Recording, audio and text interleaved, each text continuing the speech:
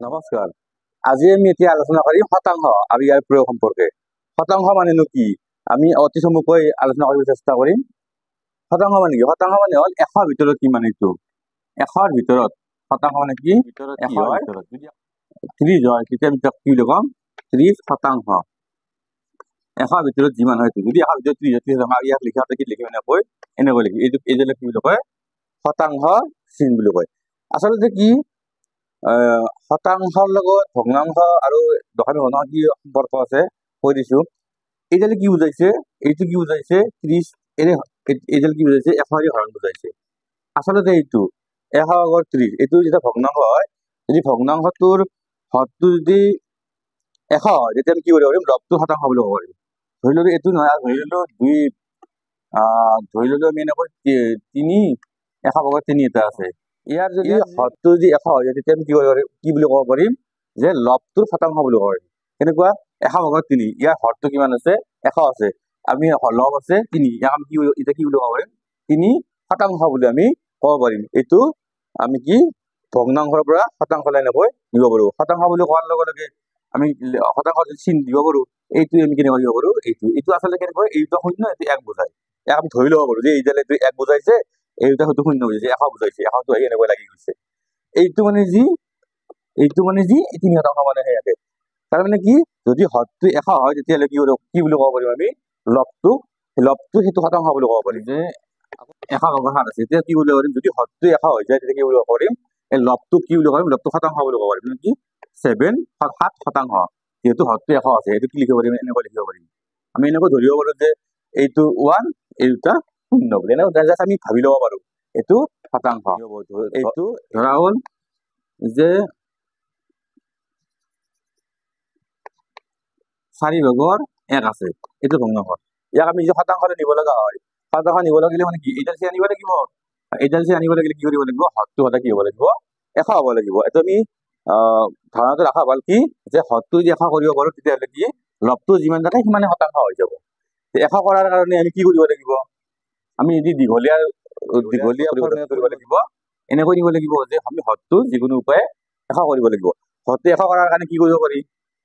যে আমি হৰক কি কৰিব পাৰিম? 4 আছে তো ইয়াক কি কৰিব পাৰিম? 25 কি কৰিব পাৰিম? পূৰণ কৰিব পাৰিম। আৰু যদি সমান থকাৰ কাৰণে ভগ্নাংশটো সমান হৈ থকা যিটো সমান চিন দিছো সমান একে ৰাখিব লাগিব। আমিতো মানটোতো ইয়াৰ সলনি কৰিব নোৱাৰো, কাৰণে কি কৰিব লাগিব? লবকো কি কৰিব লাগিব? একে সংখ্যাৰে পূৰণ কৰিব লাগিব। আৰু লবক একে সংখ্যাৰে পূৰণ কৰিলে তলত কিমান 100 হৈ গ'ল, ওপৰত কিমান হ'ল 25 হ'ল। আৰু এইটো আমি কি লিখিব পাৰো? যিহেতু হৰটো 100 হৈ গ'ল আমি এইটো এনেকৈ 100টো এনেকৈ আমি শতাংশ হিচাপে লিখিব পাৰো। কি 100/25 মানে কি 25%। আমি এনেকৈ ভগ্নাংশৰ পৰা শতাংশলৈ আনিব পাৰো। এইটো আমি এনেকৈ দীঘলীয়া কৈ দিছো। আৰু যদি এনে চুটিকে কৰিব লগা হয় যে 4/3 শতাংশ প্ৰকাশ কৰা, আমি এনেকৈ কৰিব পাৰো। এনেকৈ দিলে শতাংশ হৈ গ'ল। মানে এইটো কি বুজাইছে? এইটো শতাংশ হৈ গ'ল। আমি এনেকৈ ধৰিব পাৰো বস্তুটো যে এইটো কি বুজাইছে? এইটো কৰিলে কি হ'ব? এইটো আমি চাই যদি কেইবা কাটাকাটি কৰো 25 কিমান হৈ গ'ল? 75 হৈ গ'ল। তো 1 হৈ গ'ল মানে 1%। এইটো ঠিকেই আছে। এইটো আমি বুজাৰ কাৰণে কেনেকৈ নি 100 আহিলে কেনেকৈ নি এইটো শতাংশ চিন্তা লাগিলে এইটো বুজাৰ কাৰণে যে আমি যদি অলপ দীঘলীয়াকৈ চাওঁ বুজিবৰ কাৰণে ধাৰণাটো আনাৰ কাৰণে আমি এনেকৈ চাব পাৰো। কেনেকৈ? এই বস্তুটো আমি এনেকৈ চাব পাৰো। তাৰমানে কি 4/3 ঠিক আছে তো আমি কি কৰিলো? ইয়াত একেই পূৰণ কৰিলো। একেদি পূৰণ কৰা নকৰা কথাটো একে। এইটো আছে ধৰা এইটো সমান ললো আমি একেদি পূৰণ কৰিলো। সমান আমি একেদি পূৰণ কৰিলো। এক মানে কি? একৰ জেগাত কি লিখিব পাৰো? 100/100 লিখিব পাৰো। 100/100 কিয় লিখিছো? আমাক যিহেতু শতাংশ চিন্তা লাগিব, শতাংশ লাগিব, সেইকাৰণে আমি কি লিখিছো? 100/100 লিখিছো। লিখিলে কি কৰিব পাৰো আমি এনেকৈ? যদি আমি কৰো এই 100টো এই তলৰ 100টো কি কৰিব পাৰো? ওপৰত ডাইৰেক্ট এই শতাংশ চিহ্নলৈ আমি ৰূপান্তৰিত কৰিব পাৰো। বা এনেকৈ থাকেও যদি আমি কি কৰিলো? এনেকৈ কৰি দিলো 25 বাৰ গ'ল। ওপৰত কিমান হ'ল? 75। 25 3 গুণ 75 আৰু তলত 100 আৰু 100টো কি হৈ যাব? এনেকৈ শতাংশ চিন হৈ যাব। আৰু এইটো গেমিং ইমান দীঘলীয়াকৈ নকৰি চৰ্টকে কৰিলে আমি এনেকৈ কৰিব পাৰো। এনেকৈ কৰিলে কি হয়? অতি চমুকৈ অতি চুটিকৈ কি হৈ যাব? এইটো শতাংশলৈ পৰিণত হৈ যাব। এই 4/3 ভগ্নাংশটো কি হ'ব? শতাংশ প্ৰকাশ কৰিলে 75%। এনেকৈ আমি কি ভগ্নাংশৰ পৰা শতাংশলৈ প্ৰকাশ কৰিব পাৰো। ঠিক তেনেকৈ উল্টাকৈ আমি কি কৰিব পাৰো? শতাংশৰ পৰা ভগ্নাংশলৈ নিব পাৰো। যদি লাগে কেতিয়াবা যদি দৰকাৰ হয় আমি যদি 4% থাকে আমি যদি ভগ্নাংশলৈ লৈ যাব পাৰো কি হ'ব তেতিয়াহ'লে এইটো তলত আহিব 4% কি 100 ভাগৰ উল্টাকৈ কৰিব লাগিলে 2 2 বাৰ গ'ল 2 দি 50 বাৰ গ'ল 2 দি এবাৰ গ'ল 2 দি 25 বাৰ গ'ল আমি কি লিখিব পাৰো তাৰমানে কি হ'ব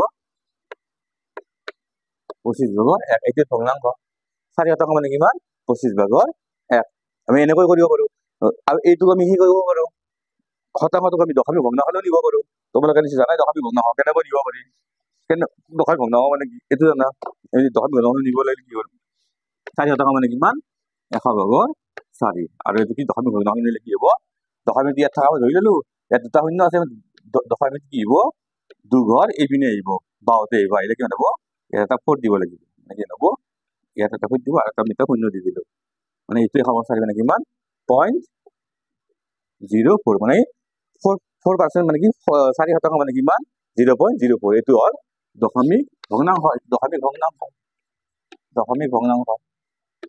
এনেকৈ আমি কি কৰিব পাৰো শতাংশটোকে ভগ্নাংশলৈ নিব পাৰো দশমিক ভগ্নাংশলৈ নিব পাৰো আৰু দশমিক ভগ্নাংশ আমি ভগ্নাংশলৈ নিব পাৰো শতাংশলৈ নিব পাৰো আমি এনেকৈ এইটো ইয়াৰ দেখাত ৰূপটো বেলেগ বেলেগ যদিও কি ইয়াৰ যিটো মূল্য যিটো মানটো কিন্তু কি সদায় একে থাকে আৰু একে ৰাখিবই লাগিব আমি জাষ্ট ইয়াৰ দেখাতহে আমি পৰিৱৰ্তন কৰিছো কিন্তু ইয়াৰ যিটো মূল্য যিটো মান সিমানটো সদায় কি থাকিব লাগিব একে থাকিব লাগিব তেতিয়া অংকটো সফল হ'ব আৰু এইটোক আমি এনেকৈ আমি পৰিৱৰ্তন কৰিব পাৰো তোমালোকে নিশ্চয় অলপ বুজি পাইছা শতাংশ মানে কি 100ৰ ভিতৰত কিমান সেইটো হ'ল কি শতাংশ ইয়াৰ পিছত আমি ইয়াৰ যিটো অংকবিলাক আমি আলোচনা কৰিবলৈ চেষ্টা কৰিম